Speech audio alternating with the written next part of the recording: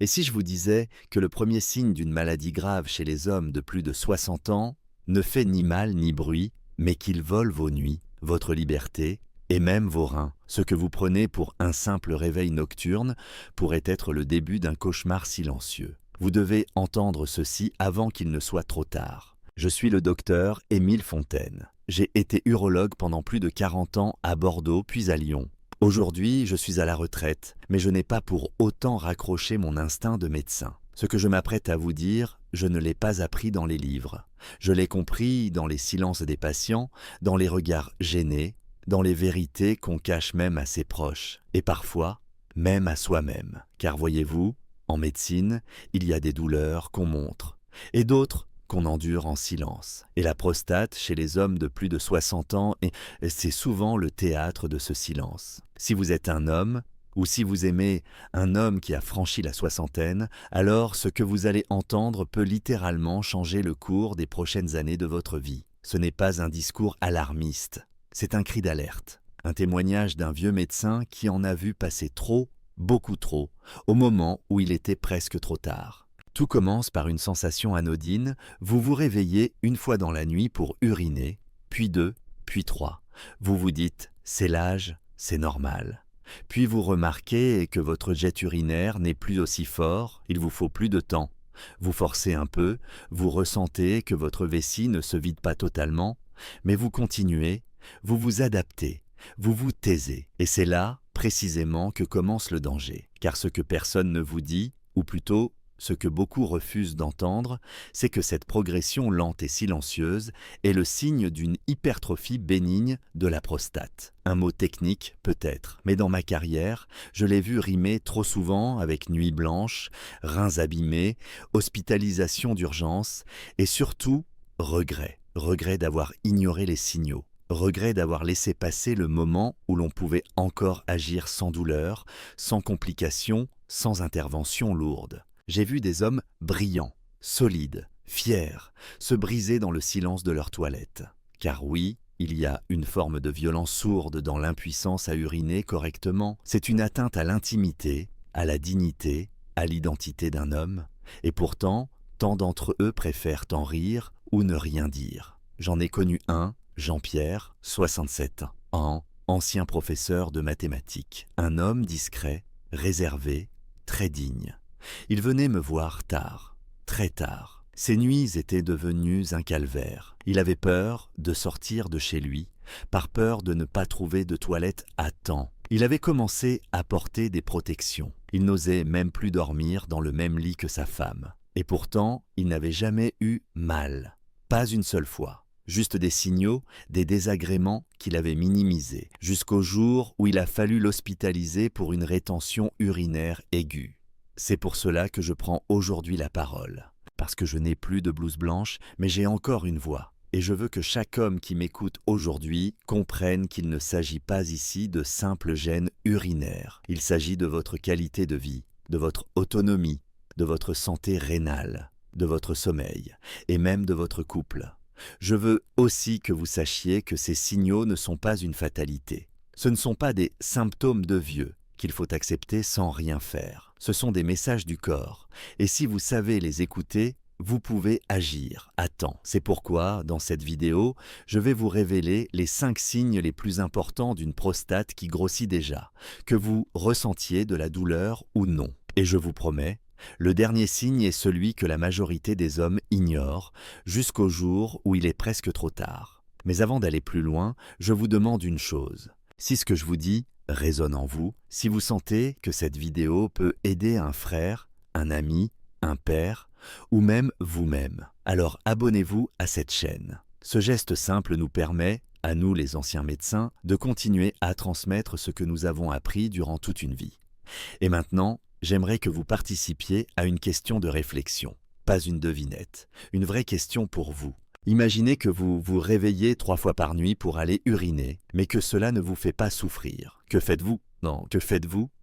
A. Je me dis que c'est normal à mon âge, et je laisse passer. B. Je prends ça au sérieux, et j'en parle à mon médecin. Notez votre réponse dans les commentaires A ou B.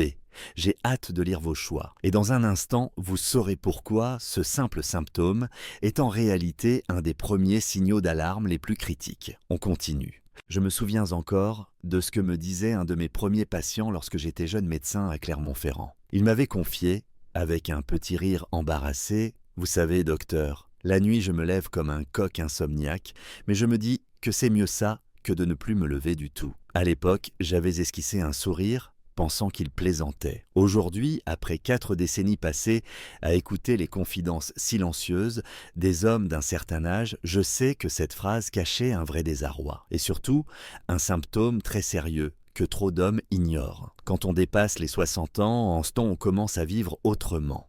On écoute davantage son corps, du moins en apparence. Mais il y a des signaux que l'on minimise parce qu'ils ne font pas mal, parce qu'ils sont discrets, parce qu'ils semblent ne pas troubler la vie jusqu'au jour où ils la bousculent brutalement. Se lever la nuit pour uriner, 1, 2, 3 fois, est souvent considéré comme un petit désagrément, une habitude banale. Mais dans ma pratique, j'ai appris que c'est l'un des premiers cris silencieux du corps, une alarme subtile que peu prennent au sérieux à temps. En grossissant, la prostate exerce une pression directe sur la vessie. Ce que cela provoque, c'est une réduction de la capacité de la vessie à se remplir et à se vider complètement. Résultat, elle vous réveille, non pas parce qu'elle est pleine, mais parce qu'elle est irritée. L'homme se lève, à demi endormi, soulage une envie modeste, puis retourne au lit, sans se douter qu'il vient d'entrer dans un cercle vicieux. Et ce cercle, je le connais trop bien. Il commence par ces réveils nocturnes anodins. Il continue par une fatigue latente qui s'installe. Le cerveau ne se repose plus. Les muscles sont plus tendus. Le cœur s'accélère. Et le lendemain, c'est une brume mentale. Vous êtes irritable, distrait, lent. J'ai vu des hommes que cela a rendu nerveux, dépressifs, désengagés de leur quotidien. Pourquoi ?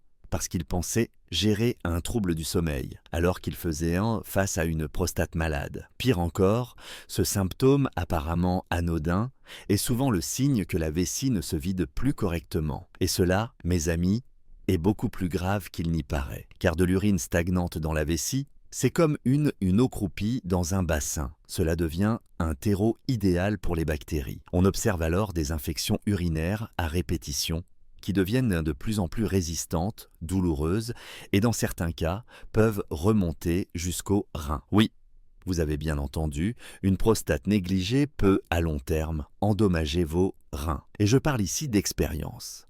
Dans mon cabinet, j'ai vu des hommes, anciens policiers, enseignants, artisans, me dire qu'ils n'avaient jamais été malades, qu'ils ne prenaient jamais de médicaments. Et pourtant, leur simple manque de sommeil lié à ces mictions nocturnes les avait précipités dans un état d'épuisement chronique. Ils n'étaient plus eux-mêmes, un homme fatigué, mal reposé, qui vit chaque nuit comme un combat contre sa vessie, n'est plus pleinement présent dans sa vie. Je me souviens de Marc, 72 ans, ancien chauffeur routier. Il venait me consulter pour de la fatigue et des sautes d'humeur. Il avait tout essayé, infusion, pilule pour dormir, relaxation, mais jamais il n'avait pensé que son problème venait de sa vessie. En analysant ses habitudes, on a découvert qu'il se levait jusqu'à 6 fois par nuit. Il n'y faisait même plus attention. Pour lui, c'était devenu normal. Le jour où on a traité sa prostate, c'est comme si on lui avait rendu sa jeunesse. Il dormait à nouveau, il riait, il revivait. C'est pour cela que je vous parle aujourd'hui avec autant de gravité. Car ce que vous prenez peut-être pour un détail sans importance est le début d'un enchaînement biologique très concret. Et dans ce domaine, plus on agit tôt, plus les solutions sont simples. J'aimerais également que vous sachiez une chose que peu de médecins prennent le temps d'expliquer. Le sommeil fragmenté, surtout chez les seniors, accélère le vieillissement cognitif. Le cerveau a besoin de plusieurs heures consécutives de sommeil profond pour se régénérer. Si vous êtes interrompu toutes les 2 heures pour aller aux toilettes, votre cerveau ne se régénère plus. Et cela, sur plusieurs mois, voire plusieurs années, peut avoir des conséquences sur la mémoire, l'attention, voire l'équilibre émotionnel. Alors non, ce n'est pas juste le petit pipi de la nuit, c'est le signal qu'une partie de votre corps, votre prostate, commence à perturber votre équilibre général. Et ce signal mérite d'être entendu. Je ne suis plus un jeune médecin en blouse blanche. Je suis un homme comme vous, qui a vu les dégâts du silence et les miracles de la prise de conscience. Aujourd'hui, je vous tends la main. Écoutez votre corps. Notez vos habitudes et surtout, n'attendez pas de devoir vivre avec des protections ou une sonde pour prendre votre santé au sérieux. Dans la suite de cette vidéo, je vous parlerai d'un autre signe qui m'inquiète souvent encore plus, le jet urinaire faible. Ce jet qui ne dit rien mais révèle tant de choses sur ce qui se passe à l'intérieur. Nous y reviendrons dans un instant. Restez avec moi. Je suis le docteur Fontaine et plus je vieillis, plus je comprends que le véritable poids de la souffrance ne réside pas toujours dans la douleur. Parfois, il réside dans la gêne, dans la peur qu'on ose nommer, dans ces petits changements qu'on subit en silence sans savoir s'ils sont normaux ou alarmants. Parmi toutes les plaintes que j'ai pu entendre au fil des décennies, il en est une qui revient avec une régularité presque troublante et pourtant, elle est trop souvent banalisée. Ce besoin d'uriner de manière soudaine, brutale, urgente, parfois même sans prévenir, comme si le corps, tout à coup,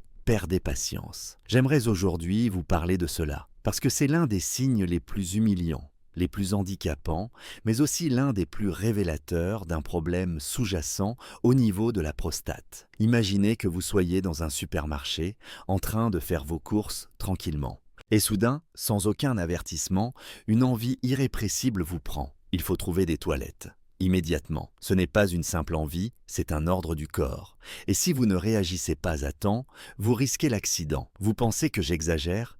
Je vous assure que non. J'ai vu des hommes me confier, les larmes aux yeux, qu'ils avaient commencé à limiter leurs sorties, qu'ils évitaient les voyages en voiture, les repas chez des amis, les promenades avec leurs petits-enfants, simplement par peur de ne pas avoir accès à des toilettes à temps. Cette peur devient un poison lent. Elle isole, elle ronge la confiance, elle enferme l'homme dans un quotidien limité, restreint, humiliant. Et ce n'est pas de la timidité, c'est une prison invisible. Mais que se passe-t-il exactement dans le corps? Lorsque la prostate commence à grossir, elle compresse non seulement l'urètre, mais elle perturbe aussi la communication entre la vessie et le cerveau. Normalement, c'est la vessie qui envoie un signal de besoin lorsque son remplissage atteint un certain seuil. Mais dans le cas d'une prostate hypertrophiée, la vessie devient hyperactive, hypersensible.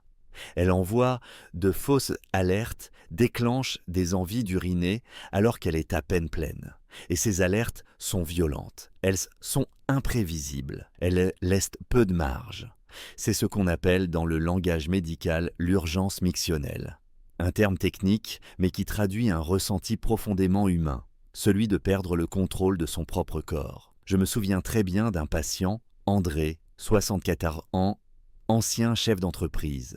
Un homme sûr de lui, exigeant, que rien ne semblait pouvoir déstabiliser. Lorsqu'il est venu me voir, il m'a dit ceci. « Docteur, je peux gérer une douleur, un mal de dos, même des insomnies. Mais ce que je ne supporte plus, c'est de ne plus pouvoir faire un trajet sans cartographier les toilettes sur mon itinéraire. Ce que je ne supporte plus, c'est d'avoir à porter des vêtements sombres au cas où.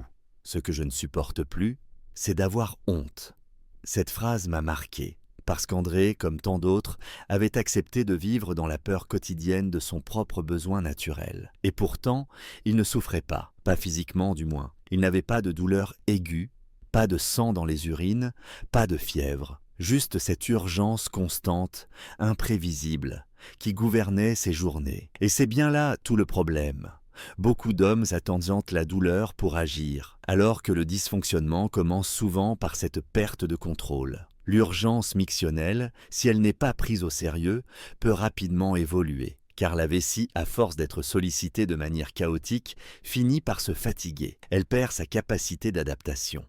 Les épisodes d'incontinence se multiplient. Le risque d'irritation, d'infection et même de reflux vers les reins augmente. Et puis, il y a le poids psychologique. Les hommes qui vivent cela n'osent pas en parler. Ils en rient parfois avec une forme de résignation. « J'ai une vessie de moineau », disent-ils. Mais derrière ces sourires se cachent souvent des hommes blessés dans leur fierté, dans leur confiance, dans leur capacité à se projeter dans une vie sociale normale. Ce que je veux que vous compreniez aujourd'hui, c'est que l'urgence urinaire n'est pas une fatalité du vieillissement. Ce n'est pas non plus une simple excentricité du corps. C'est un signal d'alarme parfois l'un des premiers que la prostate envoie pour indiquer qu'elle prend trop de place, qu'elle perturbe les fonctions normales du système urinaire. Et la bonne nouvelle, c'est qu'il est tout à fait possible d'agir. Dès les premiers signes, une consultation permet de poser un diagnostic précis, de proposer un traitement adapté, parfois médicamenteux, parfois comportemental, parfois chirurgical. Il existe des exercices pour rééduquer la vessie, des solutions naturelles ou médicales pour réduire l'inflammation prostatique et surtout, il existe une manière de reprendre le contrôle. Je vous le dis avec tout mon vécu. Ne laissez pas cette urgence diriger votre vie. Vous méritez de sortir sans calculer le nombre de pas jusqu'aux toilettes. Vous méritez de vivre vos journées sans avoir peur de votre corps. Et surtout, vous méritez de savoir que vous n'êtes pas seul. Si vous vous reconnaissez dans ce que je décris, ou si cela vous rappelle quelqu'un que vous aimez, ne laissez pas ce sujet dans l'ombre. La suite de cette vidéo abordera un autre aspect tout aussi préoccupant, la difficulté à commencer à uriner. Un symptôme discret, mais qui annonce souvent un stade bien plus avancé. Ne manquez pas cela. Nous continuons tout de suite. Ce que je vais vous dire maintenant est peut-être l'un des signes les plus silencieux, les plus sournois, mais aussi les plus lourds de conséquences que j'ai appris à reconnaître au fil de mes années d'exercice, cette difficulté à commencer à uriner. Vous êtes debout devant les toilettes. Vous avez l'envie, le besoin. Vous sentez la pression dans votre bas-ventre. Et pourtant, rien ne vient. Le corps hésite. Le flux ne démarre pas. Vous attendez. Vous vous contractez. Vous vous concentrez. Vous attendez encore. Et parfois, ce n'est qu'au bout de longues secondes, ou même de longues minutes, que quelques gouttes finissent par sortir. Ce moment-là, je l'ai vu briser des hommes de l'intérieur, parce qu'il touche à quelque chose de profondément intime, la relation entre le cerveau et le corps, entre la volonté et la capacité d'agir. C'est comme si une frontière invisible s'était installée entre l'intention et l'action, entre le besoin et la libération.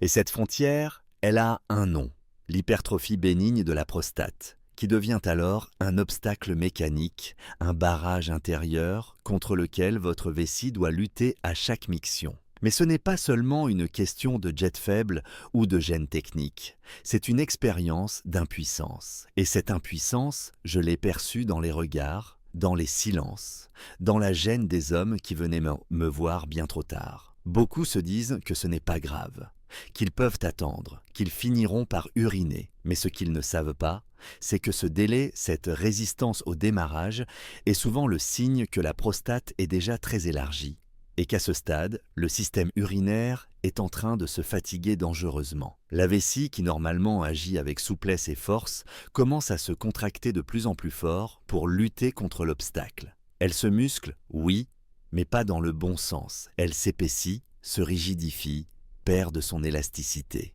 Et plus elle force, plus elle s'abîme. C'est ce qu'on appelle la vessie de lutte. À force de lutter, elle s'épuise. Je me souviens de Gérard, 69 ans, retraité des chemins de fer. Il m'avait dit en plaisantant « J'ai plus de mal à commencer à pisser qu'à démarrer ma vieille 2CV en hiver ». On avait ri, lui et moi, mais au fond, son cas n'avait rien d'amusant. Il mettait parfois 2 à 3 minutes à réussir à uriner, et lorsque cela venait, c'était par petites saccades. Il avait fini par limiter sa consommation d'eau, par peur de devoir affronter ce moment plusieurs fois par jour. Cela l'avait conduit à une déshydratation chronique, à des troubles digestifs et à une perte de poids. Son quotidien était dicté par ses difficultés à uriner. Et ce que Gérard vivait, je l'ai vu chez tant d'autres. L'hésitation urinaire, ce n'est pas simplement un flux qui ne démarre pas. C'est le reflet d'un système urinaire qui commence à se bloquer, d'une prostate qui comprime l'urètre, au point de freiner le passage de l'urine dès l'origine.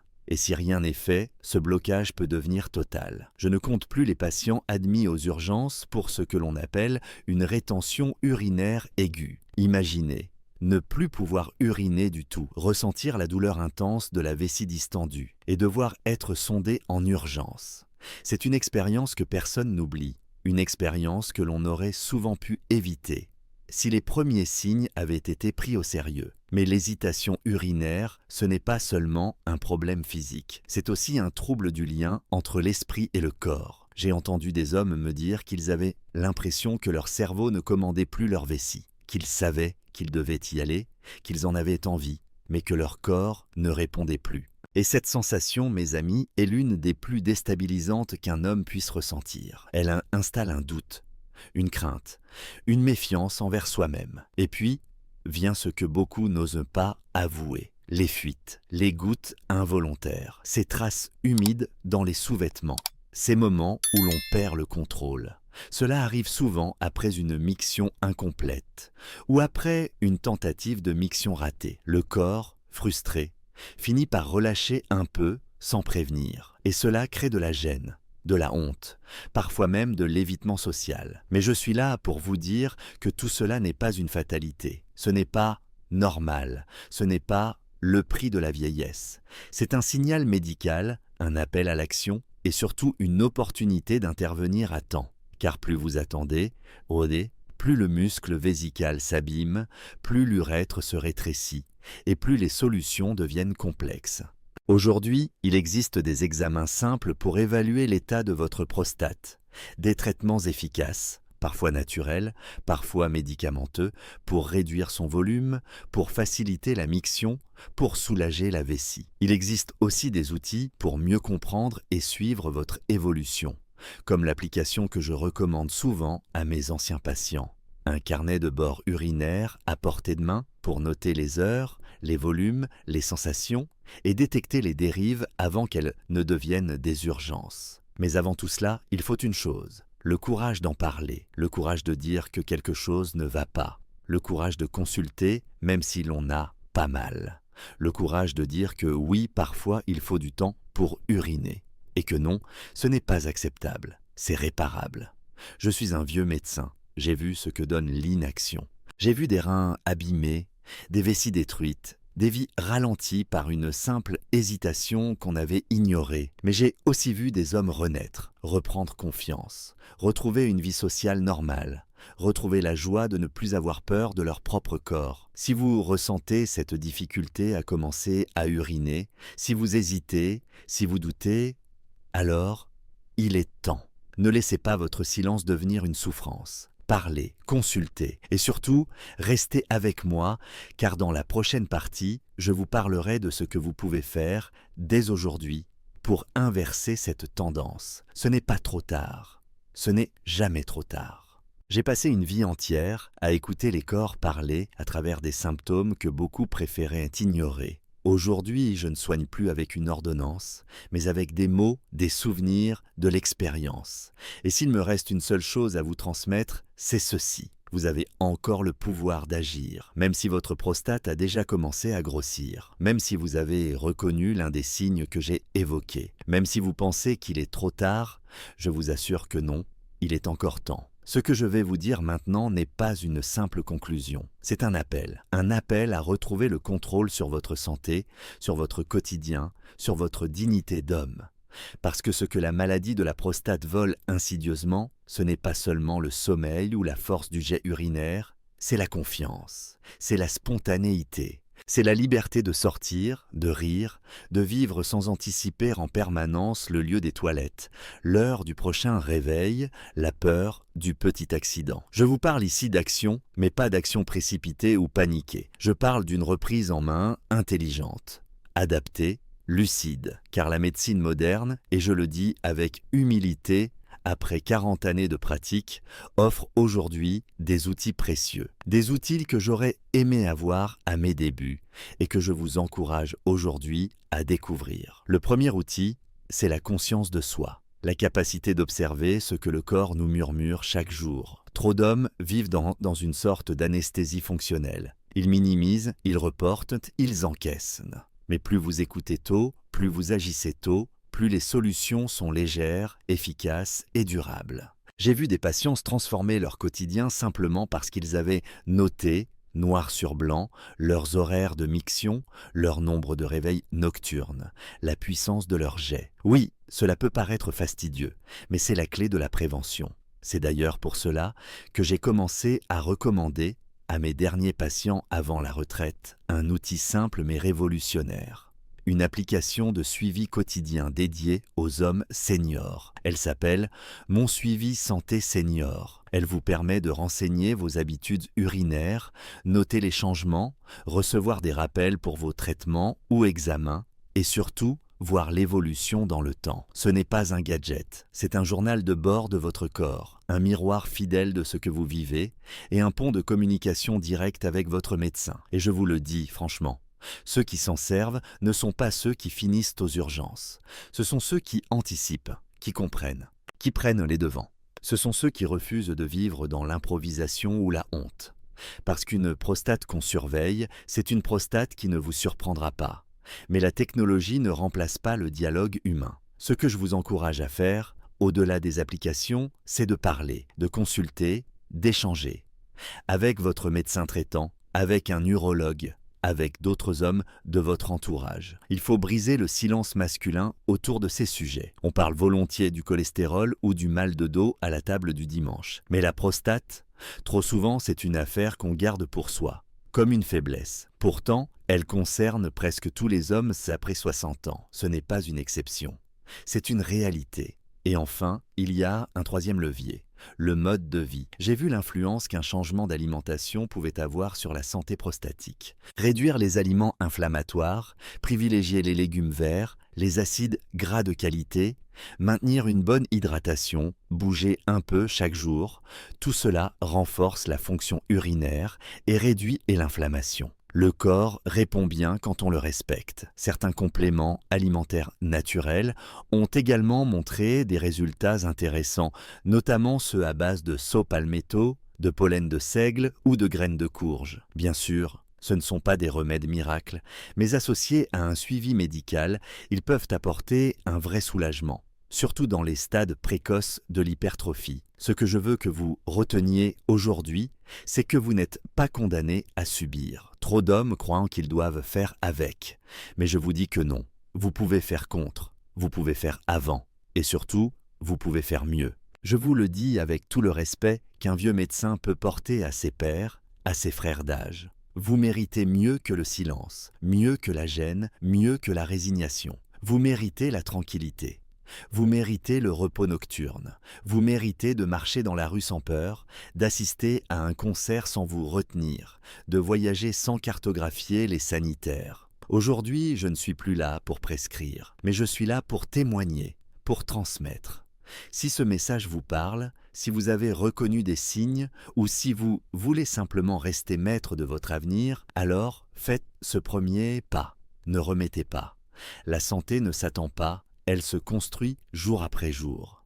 Et si vous souhaitez que je continue à partager ces conseils, ces années de vécu condensées en paroles simples, alors abonnez-vous à cette chaîne.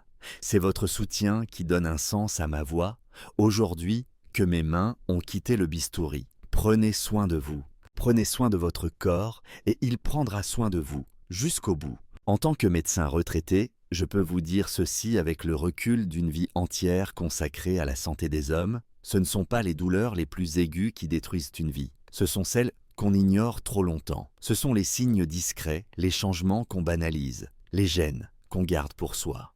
J'ai vu trop d'hommes souffrir non pas parce qu'ils étaient gravement malades au départ, mais parce qu'ils ont attendu, espérer que les choses passent d'elles-mêmes, refuser de regarder la vérité en face. Et la vérité, c'est que la santé de la prostate est un sujet qu'on doit prendre en main dès les premiers signes, sans honte, sans peur. Les 5 signaux que nous avons abordés dans cette série de vidéos ne sont pas des détails. Ils sont des appels clairs de votre corps, parfois faibles, parfois humiliants, mais toujours significatifs. Se lever plusieurs fois par nuit, sentir que sa vessie ne se vide pas complètement, avoir du mal à démarrer l'écoulement, sentir une urgence incontrôlable ou encore un jet urinaire trop faible.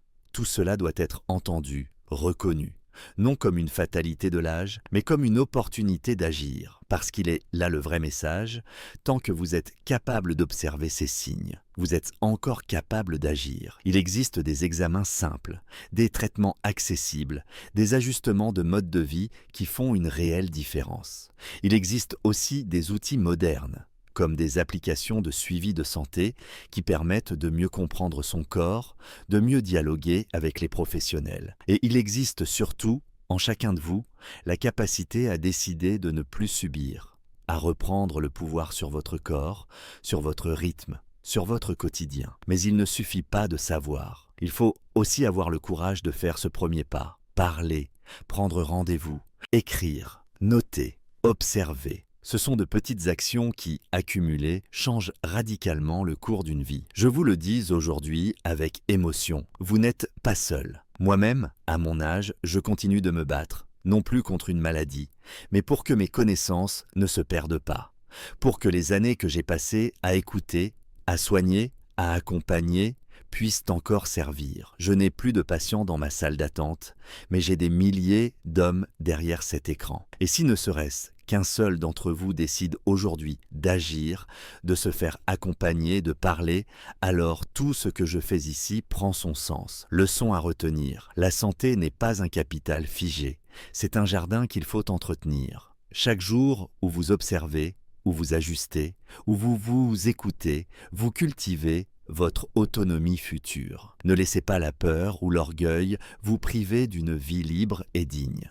Comment appliquer cela dès aujourd'hui ? Prenez 2 minutes pour vous poser cette simple question. Ai-je récemment vécu l'un de ces 5 signes ? Et si la réponse est oui, ou même je ne sais pas, alors notez-le, parlez-en, écrivez-le. Faites ce premier petit pas. C'est souvent le plus dur, mais aussi le plus décisif. Et maintenant, j'aimerais vous poser une question simple, à laquelle vous pouvez répondre en toute sincérité dans les commentaires. Avez-vous déjà parlé de vos symptômes urinaires à quelqu'un, à votre médecin ou à un proche ? A.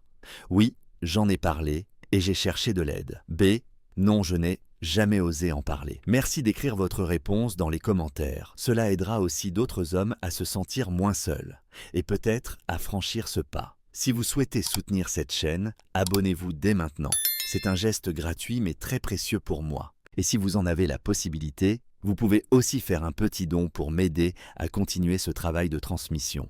Je suis un vieil homme, oui, mais j'ai encore cette volonté de servir, de partager, tant que mes forces me le permettent. Chaque don, même modeste, est un encouragement à poursuivre. Merci de m'avoir écouté. Merci pour votre confiance. Et surtout, prenez soin de vous, toujours.